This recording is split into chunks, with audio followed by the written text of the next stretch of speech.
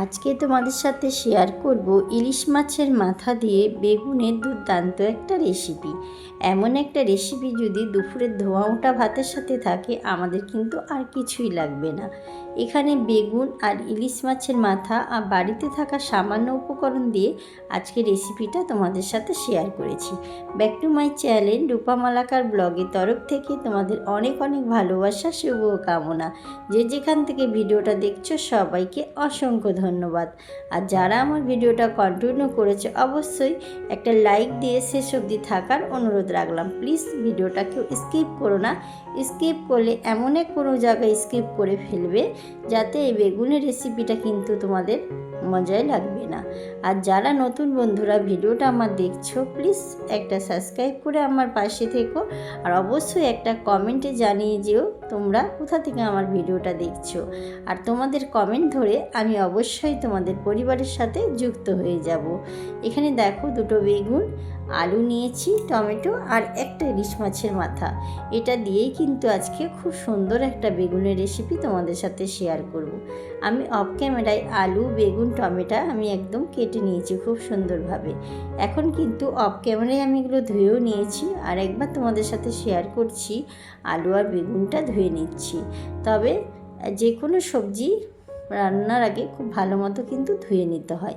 আর আলুর কিন্তু প্রচণ্ড কষ থাকে, তাই আলুটা পারলে কিছুক্ষণের জন্য জলে কিন্তু ভিজিয়ে রাখবে। এখন দেখো আলু বেগুনটা আমি কিন্তু খুব ভালোভাবে ধুয়ে নিয়েছি। তবে অফ ক্যামেরায় কিন্তু আমি এটা অনেকবার ধুয়ে নিয়েছি। এখন চলো মূল রেসিপিতে ফিরে যাওয়া যাক। এখন একটা কড়াই বসিয়ে দিয়েছি, কড়াইটা খুব ভালো মতো গরম করতে দিয়েছি। এখন কড়াইটা কিন্তু আমার খুব ভালো মতো গরম হয়ে এসেছে। এখন এখানে অ্যাড করে দিলাম সর্ষের তেল। সর্ষের তেলটা একটা খুন্তির সাহায্যে পুরো কড়াই আমি এভাবে ছড়িয়ে দেব। তাহলে কি হয়, যে কোনো সবজি ভাজতে দিলে কিন্তু কড়াইয়ের সাথে লেগে যায় না, খুব ভালো মতো কিন্তু ভাজা হয়। এখন এখানে ইলিশ মাছের মাথাটাতে নুন হলুদটা আমি মাখিয়ে নিচ্ছি। এখন তেলটা আমার গরম হয়ে এসছে, অ্যাড করে দিলাম ইলিশ মাছের মাথাগুলো। ইলিশ মাছের মাথাগুলো কিন্তু হালকাভাবে ভেজে নেব, খুব কড়াভাবে ভাজবো না। এখন দেখো মাথা ভাজা কমপ্লিট, আমি তুলে রেখে দিয়েছি। এখন ওই তেলেই আমি দিয়ে দিলাম কেটে রাখা বেগুনগুলোকে আমি কিন্তু খুব ভালোভাবে ভেজে নেব। আর বেগুনগুলো আমি এইভাবে কেটেছি, তোমাদের যেরকম ভালো লাগে তোমরা সেইভাবে শেপ করে কাটতে পারো। তবে আমার কাছে এই শেপটাই ভালো লেগেছে, তাই আমি এইভাবে কেটে নিয়েছি। অ্যাড করে দিলাম সামান্য পরিমাণে হলুদের গুঁড়ো, দিয়ে দিলাম সামান্য লবণ। এখন লবণ আর হলুদ আর একটু সামান্য লঙ্কার গুঁড়ো এখন দিয়ে খুব ভালোভাবে বেগুনটা কিন্তু আমি ভেজে নেব। আর যে কোনো বেগুনের তরকারি, বেগুন যদি খুব ভালোভাবে ভাজা হয় তবে কিন্তু বেগুনের তরকারির টেস্টটা কিন্তু দ্বিগুণ বাড়িয়ে দেয়। এখন বেগুনটা কিন্তু আমি ভালোভাবে নুন, হলুদ আর লঙ্কা গুঁড়োর সাথে মিশিয়ে একটা ঢাকনার সাহায্যে কিছুক্ষণের জন্য ঢাকা দিয়ে রেখে এলাম। কিছুক্ষণ পর ফিরে এলাম, বেগুনটা দেখো খুব ভালো নরম হয়ে গেছে আর ভাজাটাও কিন্তু আমার খুব সুন্দর হয়ে গেছে। আর এই বেগুন ভাজা কিন্তু যে কোনো তরকারিতে ভেজে তুলে রাখলে তবে কিন্তু বেশি ভালো লাগে, নাহলে কিন্তু বেগুনটা যদি কষানো হয় বেশি, বেগুনটা কিন্তু একদম ভেঙে যায়, খেতে কিন্তু একদম ভালো লাগে না। এখন দেখো বেগুনটা আমি একটা জায়গায় তুলে রেখে দিচ্ছি। ওই তেলের মধ্যে আর সামান্য সর্ষের তেল অ্যাড করে দিলাম। আর এখানে দিলাম সামান্য জিরে, গোটা জিরে, আর দিলাম একটা পেঁয়াজ আমি কুচো করে রেখে দিয়েছিলাম, সেটা এখানে অ্যাড করে দিলাম। এখন পেঁয়াজ আর জিরেটা খুব ভালো মতো করে আমি ভেজে নেব।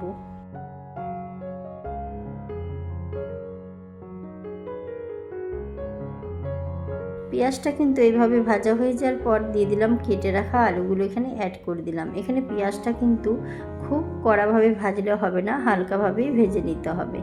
এখন পেঁয়াজ আলু খুব ভালোভাবে কিন্তু আমি ভেজে নিচ্ছি। এখানে দিয়ে দিলাম সামান্য লবণ আর দিয়ে দিলাম সামান্য হলুদ।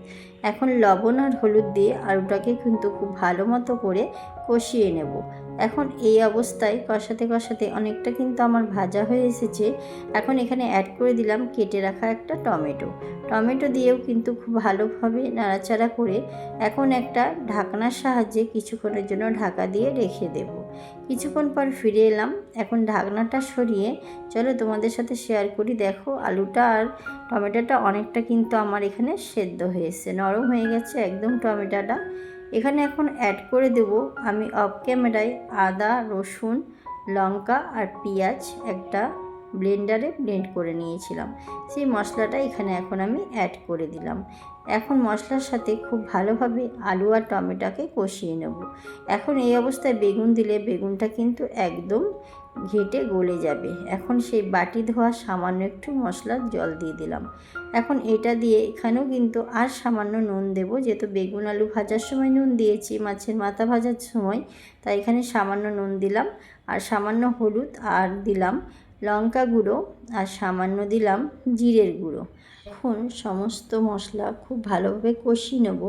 তবে আমার কিন্তু এখানে মনে হচ্ছে একটু ড্রাই হয়েছে, তাই এখানে কিন্তু সামান্য পরিমাণের আমি এখানে জল অ্যাড করে দেবো। তাহলে কী হবে, মশলাটা কিন্তু খুব ভালো মতো কষানো যাবে আর কড়াইয়ের সাথে লেগে যাবে না। এখন দেখো মশলাটা খুব ভালোভাবে কিন্তু আমি আলু টমেটোর সাথে কষিয়ে নিচ্ছি। তবে এখন আর একটুখানি আমি ঢাকা দিয়ে দেবো। ঢাকা দিয়ে মশলা কষালে কিন্তু তরকারির স্বাদও বাড়িয়ে দেয় আর খুব সুন্দর কিন্তু সেদ্ধ হয়ে যায়। এখন চলো ঢাকনাটা সরিয়ে নিলাম। এখন দেখো খুব সুন্দর কিন্তু একটা কালার এসেছে। এখন আমি খুব ভালো মতো করে টমেটো আলুকে আরেকবার কষিয়ে নেব। এখন যতক্ষণ না ভালো মতন কষানো হচ্ছে ততক্ষণ কিন্তু এখানে আমি বেগুনটা অ্যাড করব না। এখন এখানে খুব ভালো মতো আমার কষানো হয়ে গেছে, ভেজে রাখা বেগুনগুলো আমি অ্যাড করে দিলাম। তবে বেগুন দেওয়ার পরে কিন্তু অনেকটা আলতো হাতে কিন্তু এটা কষাতে হবে, যাতে বেগুনটা এখানে আমার ভেঙে না যায়, একটু গোটা গোটা থাকে। বেগুন ভেঙে গেলে কিন্তু তরকারির স্বাদ একদম নষ্ট করে দেয়।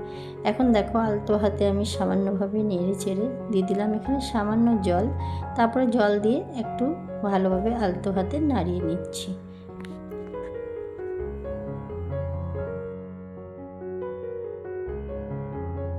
এখন এখানে দিয়ে দিলাম ভেজে রাখা ইলিশ মাছের মাথাগুলো। মাথা দিয়ে এভাবে একটু ঘেঁটে দিলাম, তাহলে কিন্তু তরকারিটার স্বাদ অনেকটা বাড়িয়ে দেবে। এখন এইভাবে কিন্তু আবার আলতো হাতে আমি মাছের মাথা, বেগুন, আলু খুব ভালো মতো কিন্তু কষিয়ে নিচ্ছি।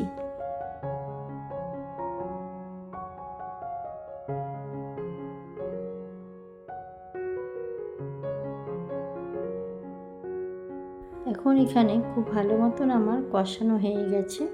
এখানে এখন আমি অ্যাড করে দেবো সামান্য জল, কিন্তু এটা বেশি জল দিতে হবে না, এটা একদম মাখা মাখা হবে। তারপরে একটা ঢাকনার সাহায্যে খুব ভালোভাবে ঢাকা দিয়ে রেখে দিলাম।